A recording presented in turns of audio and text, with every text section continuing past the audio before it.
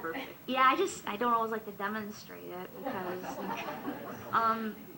well, yeah. So anyway, executive dysfunction is really what a lot of people need help with, and it's not just with schoolwork. It's not just doing homework and writing papers.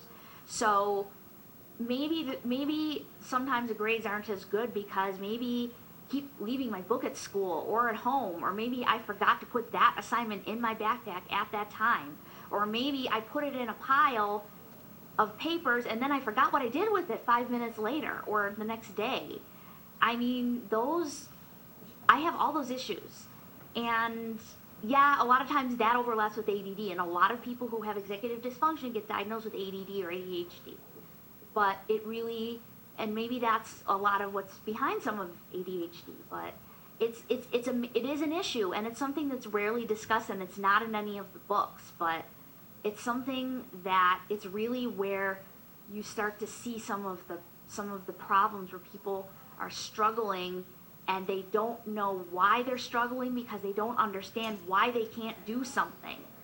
It's so easy. It makes sense. You're supposed to do this and this and this. So why can't I do those things?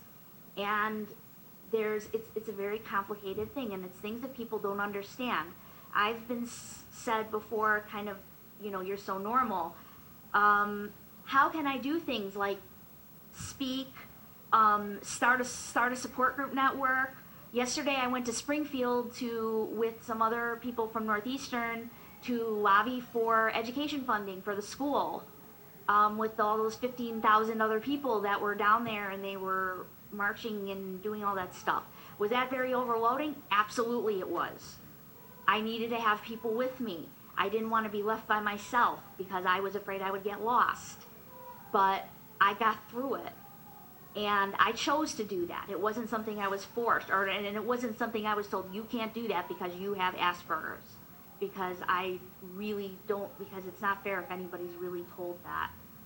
But how can I do that stuff when I can't keep my apartment organized, or finish an assignment, or even make a phone call because I get the anxiety and then I forget what to say? And to a lot of neurotypicals, that doesn't make sense to them because they see it as ability. And it's not about ability. It's about the executive dysfunction. It's about sensory overload.